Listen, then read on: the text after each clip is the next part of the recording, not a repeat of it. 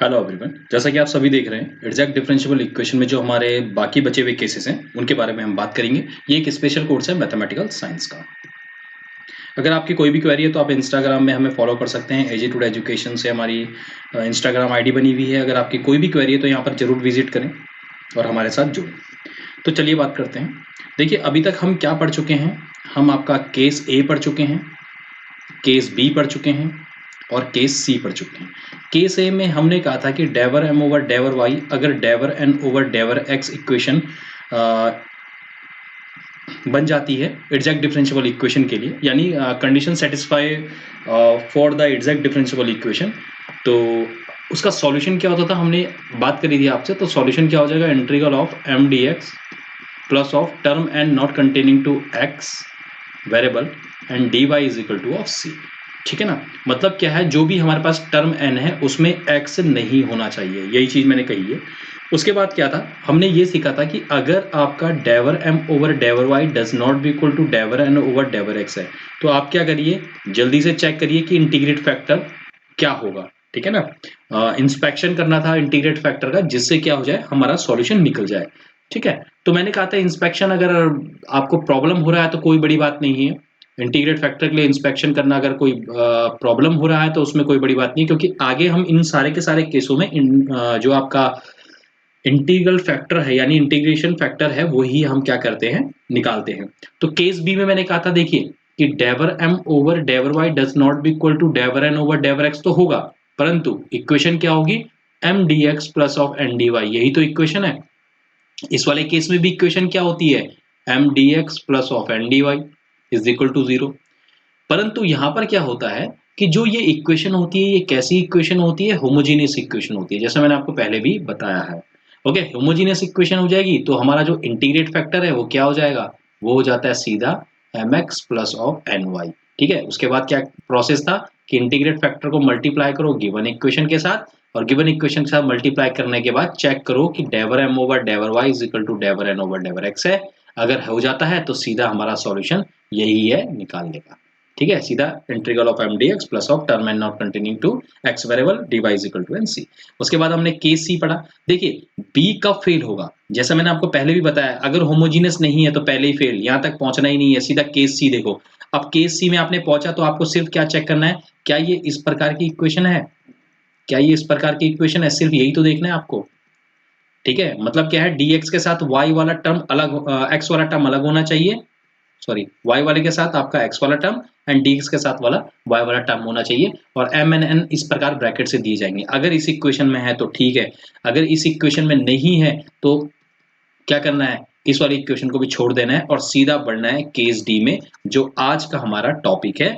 और अगर ये इस इक्वेशन में है तो इंटीग्रेट फैक्टर क्या था, M X minus of N Y. सिर्फ क्या करना है, जहां पर ये प्लस है इसको माइनस में लिख लेना है। उसके बाद सेम प्रोसेस है कि integrate factor to given equation, और उसके बाद क्या है, चेक करना है कि डेवर एम ओवर डेवर वाई इज इक्वल टू डेवर एन ओवर डेवर एक्स, और अगर ये इक्वल हो जाता है तो सॉल्यूशन निकालने का फॉर्मूला ये है। तो आप ये जानते हैं। तो आज हम बात करेंगे केस डी की और केस ई की। ठीक है। और एक है लास्ट मेथड कि सपोज करो सारा फेल, सब कुछ फेल हो गया तो कैसे सॉल्व करेंगे, उसके बारे में आपसे बात करेंगे। तो चलिए केस डी। ठीक है, केस डी में भी लिख सकते हैं case A B and C fails. जब ये फेल्स हो जाएगा, देखिए इक्वेशन तो बिल्कुल सेम है, जो भी दी जाएगी इसका मतलब है डेवर एम ओवर डेवर वाई एंड डेवर एन ओवर डेवर X does not be equal to होगा। ठीक है, अपने आप में। अब क्या चेक करना है सबसे पहले, देखिए सपोज करिए जो आपका ए बी सी है फेल हो गया है। ठीक है। अब डी में क्या चेक करना है, देखिए डी में आपको करना कुछ नहीं है, सीधा आपको क्या करना है, फाइंड एफ। आप यहां पर क्या करेंगे, एफ निकालेंगे। अब एफ किस तरीके से निकलेगा, देखिए ये दोनों वैल्यू वैल्यू आप निकाल चुके होंगे, तो सिर्फ आपको क्या करना है, डेवर एम ओवर डेवर वाई माइनस डेवर एन ओवर डेवर एक्स अपॉन, एक चीज का ध्यान रखिए, अपॉन क्या आएगा, जो लास्ट वाला ये वाला टर्म होता है ना यही आ जाता है यहाँ पर एन। बात समझ में आ गया। तो आपको सबसे पहले एफ निकालना है। अब जो एफ होगा ये कैसा होगा, एक प्योरली फंक्शन ऑफ एक्स होना चाहिए, मतलब एक्स वाले टर्म आने चाहिए, वाई वाला टर्म नहीं। यहाँ पर ये लिख लीजिए, इस तरीके से कर लीजिए, वाई बिल्कुल नहीं आना चाहिए, या तो प्योरली फंक्शन ऑफ एक्स होना चाहिए या फिर कांस्टेंट आ जाना चाहिए। उसके बाद जब कांस्टेंट आ जाएगा उसके बाद देखिए ये आपका स्टेप फर्स्ट है, स्टेप सेकंड है कि आपको स्टेप सेकंड में क्या करना है, तुरंत आप स्टेप थर्ड में पहुंच जाइए। स्टेप थर्ड में आपको करना क्या है, यहां पर अब निकालना है आपका इंटीग्रेट फैक्टर। ये सिर्फ एफ है, इंटीग्रेट फैक्टर होता है ई की power integral of F of D x. ठीक है, क्योंकि ये प्योरली फंक्शन ऑफ एक्स है, इसका मतलब यहाँ dx आएगा। इस तरीके से ध्यान दीजिए। उसके बाद हमें क्या करना होता है, वही वाला सेम प्रोसेस है कि इंटीग्रल फैक्टर को मल्टीप्लाई करना पड़ता है गिवन इक्वेशन के साथ। बात समझ में आ गई? गिवन इक्वेशन मल्टीप्लाई करोगे तो उसके बाद चेक करना है, चेक क्या डेवर एम ओवर डेवर Y does not be equal to डेवर एन ओवर डेवर एक्स है। अगर ये होता है, ठीक है, अगर ये होता है तो सीधा हम जानते हैं कि हमारा सॉल्यूशन क्या है, M D X plus of term N not containing, मतलब एक्स नहीं, वही लिख लीजिए। चलिए वही लिख लेते हैं आप लोगों के लिए, term N not containing X variable.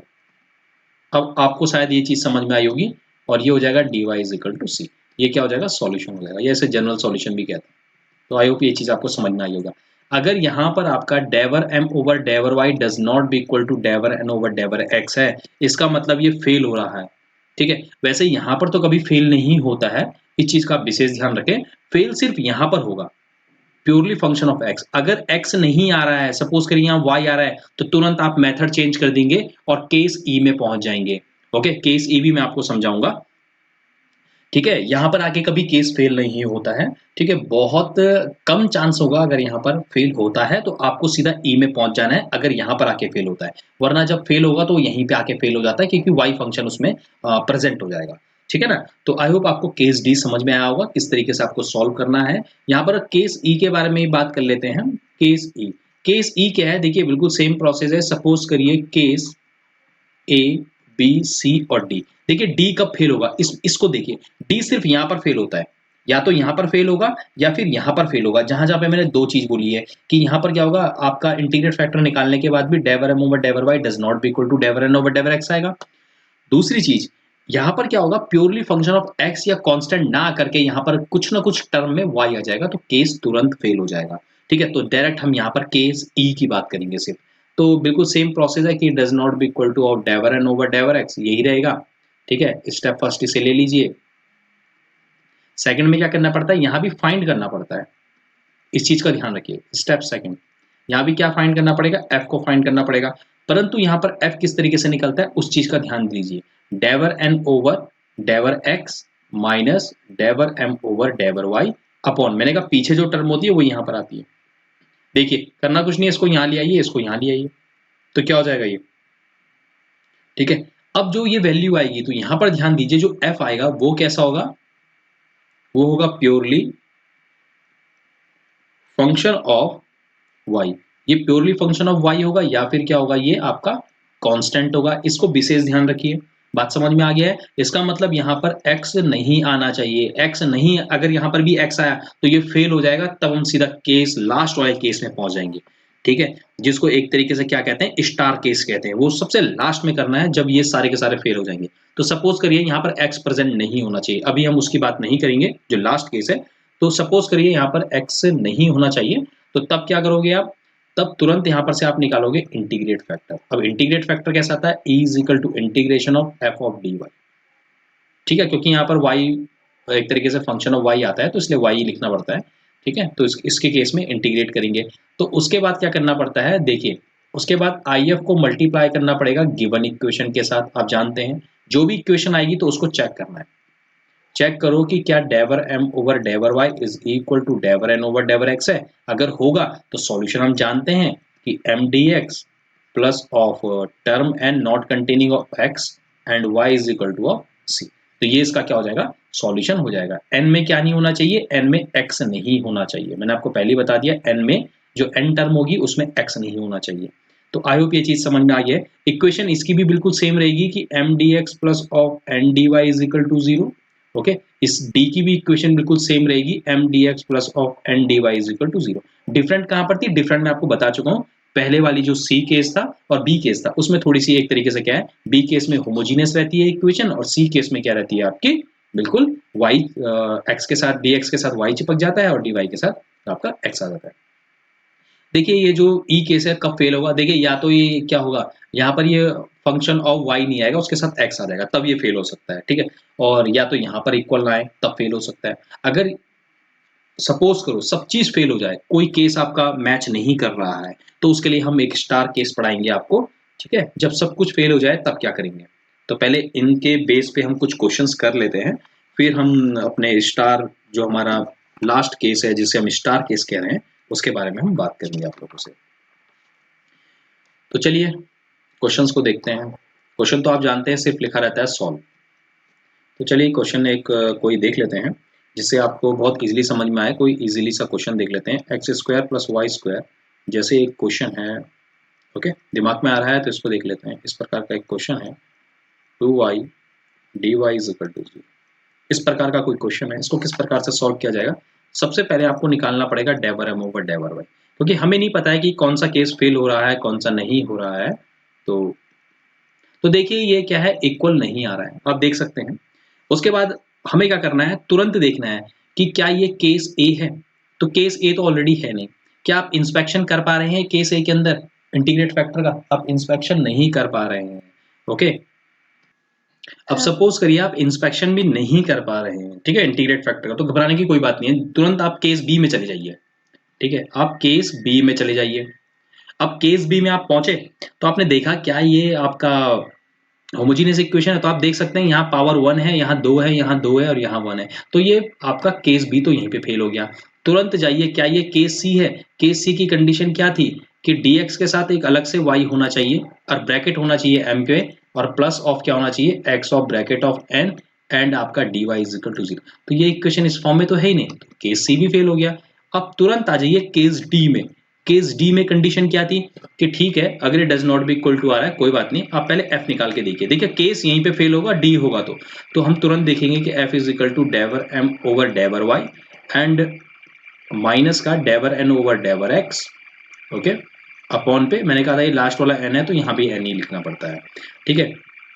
तो जैसे ही हम इसको निकालेंगे तो देखिए आप बिल्कुल यहाँ पर से देख सकते हैं ये क्या हो जाएगा, 2y अपॉन क्या हो जाएगा, n बताइए क्या है, तो dy के आगे वाला n होता है और ये क्या होता है आपका m होता है, ठीक है।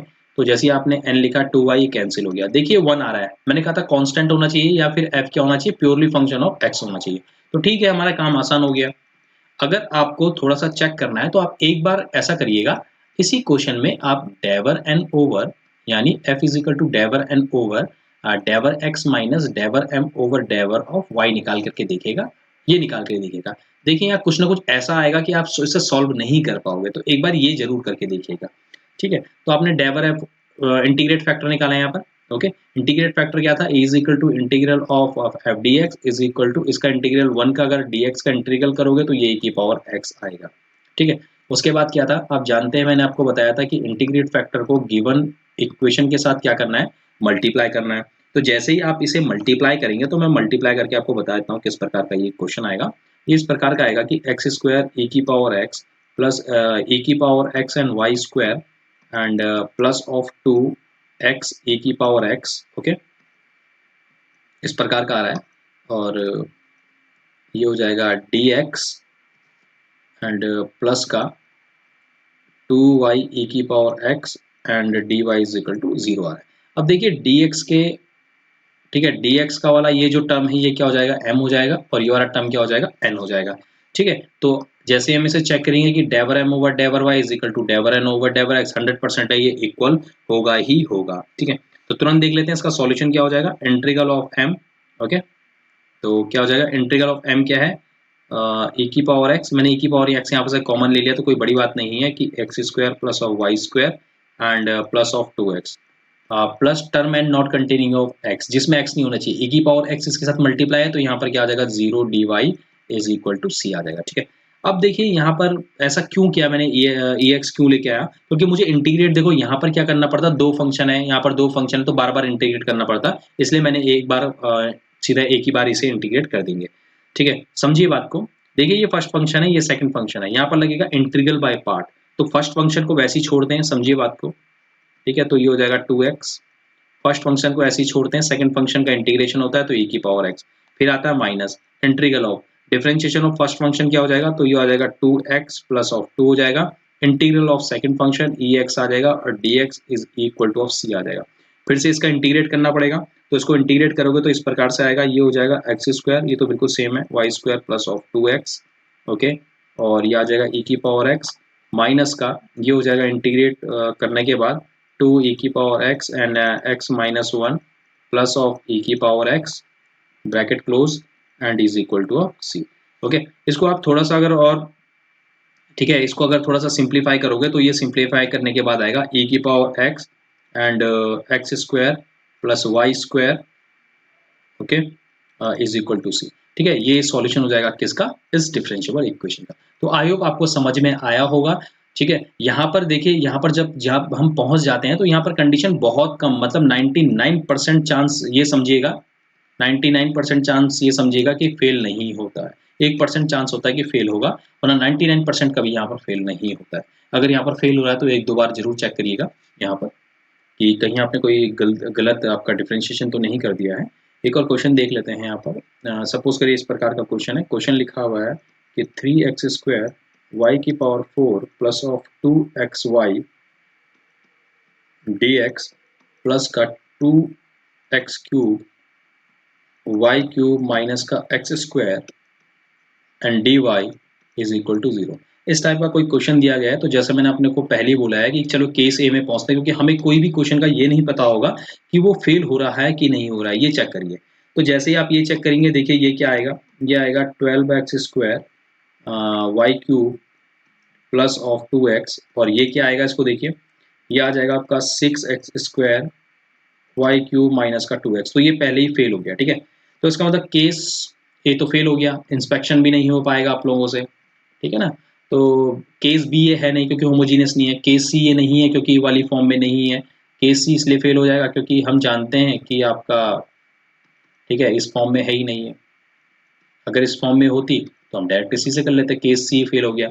अब देखते हैं केस डी।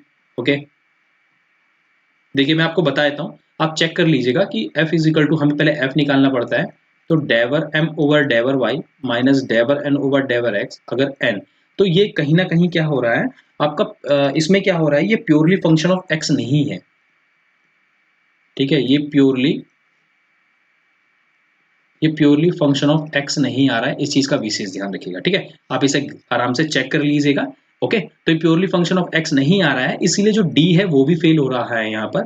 और केस ई की तरफ हम बढ़ चुके हैं, तो f इज इक्वल टू डेवर n ओवर डेवर ऑफ x माइनस ऑफ डेवर m ओवर, ठीक है, डेवर y, ओके, m। क्योंकि मैंने ये चेक कर लिया है, आप भी एक बार चेक करिएगा, क्योंकि ये प्योरली फंक्शन ऑफ आपका x नहीं आ रहा है, इसमें y वाला टर्म प्रेजेंट है, इसीलिए ये फेल हुआ है, ना तो ये कांस्टेंट आ रहा है। तो समय की एक तरीके से क्या है, बिल्कुल समय को वैल्यू में रखते हुए, ओके, तो मैं सीधा केस ई में पहुंच रहा हूं, तो आप इसे चेक कर लीजिएगा। ओके, तो डेवर एफ ओवर डेवर एन ओवर डेवर एक्स माइनस ऑफ डेवर एम ओवर डेवर Y is equal to M. ठीक है, तो समय कम है जिस कारण से मैं इसको नहीं लिख रहा हूँ यहाँ पर, सीधा हम इस वाले केस में चल जाते हैं, आप समझ जाएंगे इस चीज को। तो जैसे ही मैं इसको निकालूंगा तो देखिए ये आपका -2/y आ रहा है f, इसका मतलब अब हमें इंटीग्रेट फैक्टर निकालना पड़ेगा, और यहाँ पर f क्या होना चाहिए, प्योरली फंक्शन ऑफ y होना चाहिए, तो प्योरली फंक्शन ऑफ y है यहाँ पर।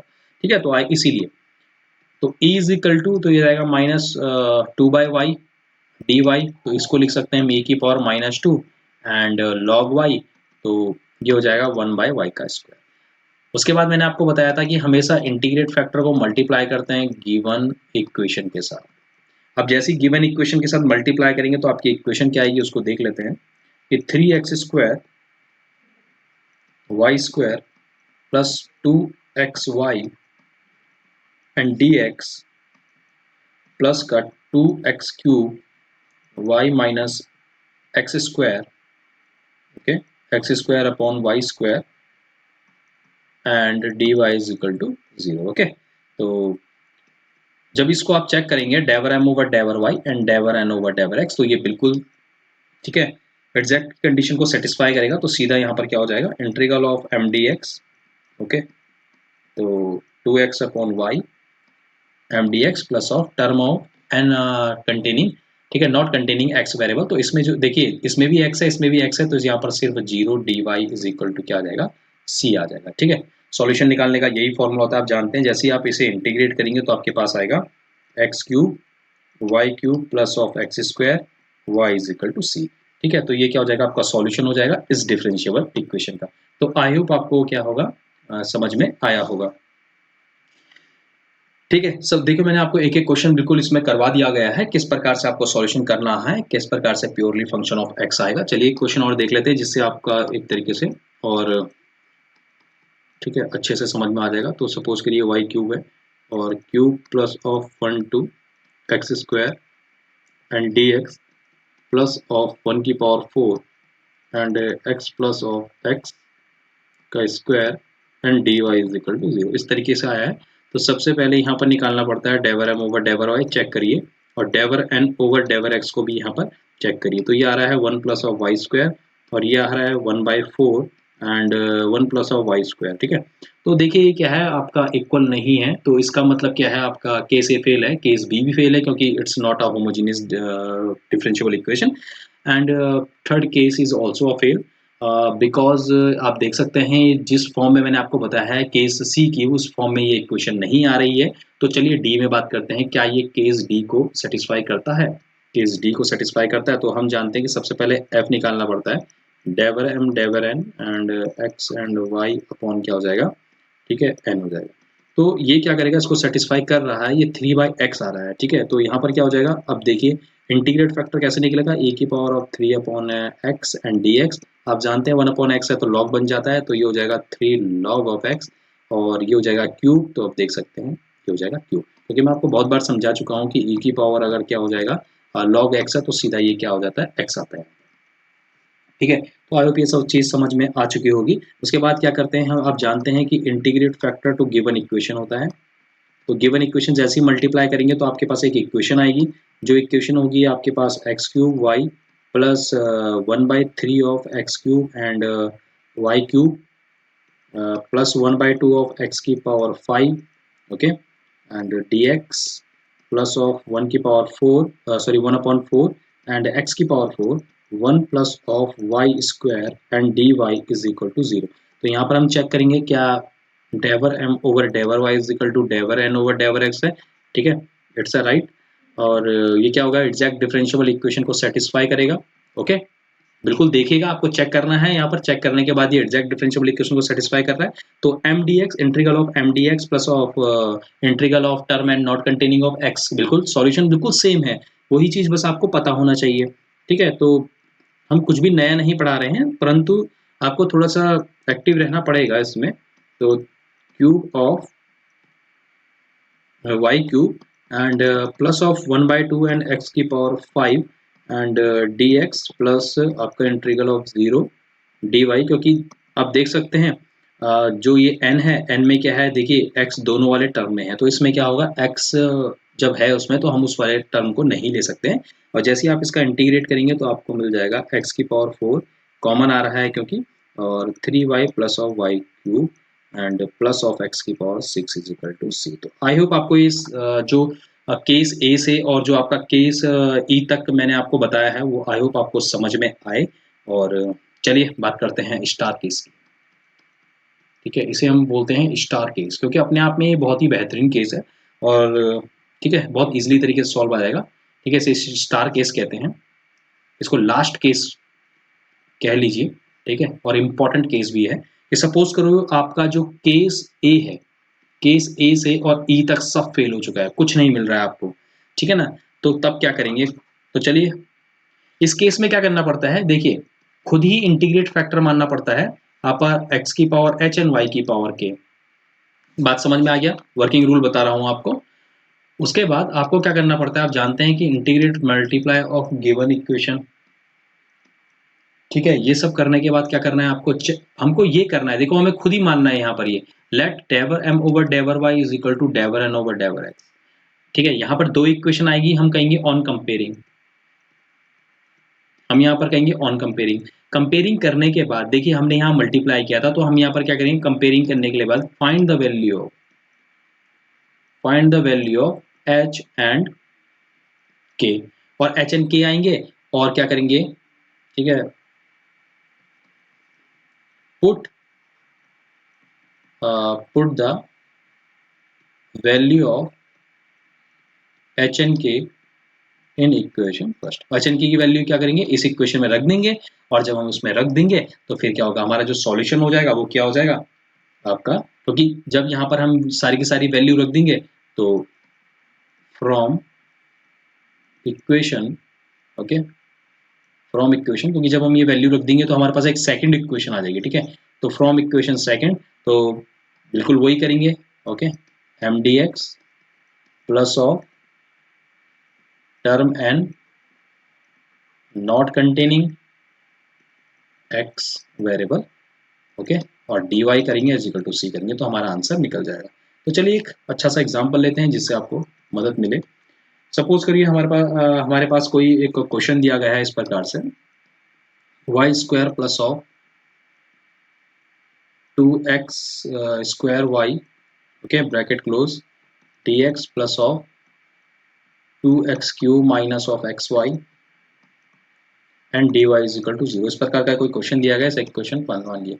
देख लीजिए यहाँ पर मैंने पहले ही बताया कि ए से आपके ई तक के सारे केसेस फेल हैं, तो सीधा हम बात करते हैं इंपॉर्टेंट केस की, कि इंटीग्रेट फैक्टर आपको मैंने जैसा पहले बताया कि x की पावर h एंड y की पावर k मानना है। उसके बाद हम यहाँ पर क्या करेंगे, integrate factor multiply of a given equation, ठीक है, गिवन इक्वेशन 1, ठीक है, इसको मल्टीप्लाई कर दीजिए। देखिए मल्टीप्लाई के बाद क्या आएगा, इसको लिख लेते हैं, x की पावर h एंड y की पावर ऑफ k प्लस 2, ध्यान से देखिएगा, और प्लस ऑफ 2 x की power h plus 2 and y की power k plus 1, okay, and dx plus of 2x की power h plus 3 and y की power k minus of x की power h plus 1 and y की power k plus 1, okay, and dy is equal to 0। देखिए ये आएगा जब हम क्या करेंगे, इससे मल्टीप्लाई करेंगे, ठीक है।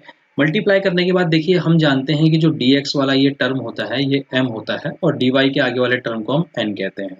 तो हम यहाँ पर खुद ही मानते हैं कि डेवर m ओवर डेवर y इज इक्वल टू डेवर n ओवर डेवर x के बराबर है, ठीक है। मानने के बाद क्या हो जाएगा, देखिए मानने के बाद क्या हो जाएगा, जब मैं डेवर m ओवर डेवर y यहाँ पर निकालूंगा एंड डेवर n ओवर डेवर x आएगा, तो देखिए y के रिस्पेक्ट में करेंगे तो ये क्या है, y is equal to k plus 2 है, तो उसका डिफरेंशिएट क्या होगा, पावर आगे आ जाती है, आप जानते हैं k प्लस 2 आएगा और पावर क्या आ जाएगी, k, ठीक है, प्लस 1 आ जाएगी। वैसे ही क्या होगा, जब यहाँ पर करेंगे तो k प्लस 1 आ जाएगी और y की पावर k आ जाएगी। इसको जब हम x के रिस्पेक्ट में करेंगे तो क्या हो जाएगा, h प्लस 3 आगे आ जाएगा और x की पावर h प्लस 2 यहाँ बच जाएगा।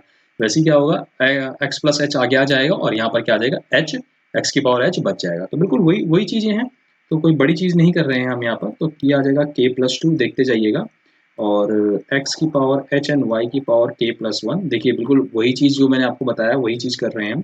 तो 2 k प्लस 1 एंड x की power h plus 2 and y की power k, okay, is equal to minus of, okay, h plus 1, okay, x की पावर h, y की power k plus 1 plus of 2 h की power 3 x की power h plus 2, okay, and y की power k। अब उसके बाद क्या करना है, on comparing. On comparing, comparing किस प्रकार से करना है, देखो यहाँ पर क्या लिखा है, x की पावर h एंड y की पावर k प्लस 1, x की पावर h एंड, ये इस तरीके से, और यहाँ पर देखिए इस जो ये दिया गया है इसकी हम कंपेयरिंग करेंगे। तो कंपेयरिंग करने के बाद आप देख सकते हैं एक इक्वेशन बन जाएगी कि k plus 2 is equal to minus h minus 1, एक इक्वेशन ये बन रही है, और एक बन रही है k plus 1 is equal to h plus 3। जब आप इन दोनों को सॉल्व करेंगे, इसको आप आगे भी ले आ सकते हैं, जैसे माइनस के को इधर लेके आए चले गए, इसको सॉल्व करेंगे, तो इसको सॉल्व करने के बाद हमें मिल रहा है h is equal to minus 5/2 और k मिल रहा है हमें 1 माइनस 1/2, ठीक है। अब क्या करना है, ये जो इक्वेशन है वो यहाँ पुट करनी है, देखिए ये दिख रहा है, ये k और h की वैल्यू यहाँ पुट करनी है, ठीक है।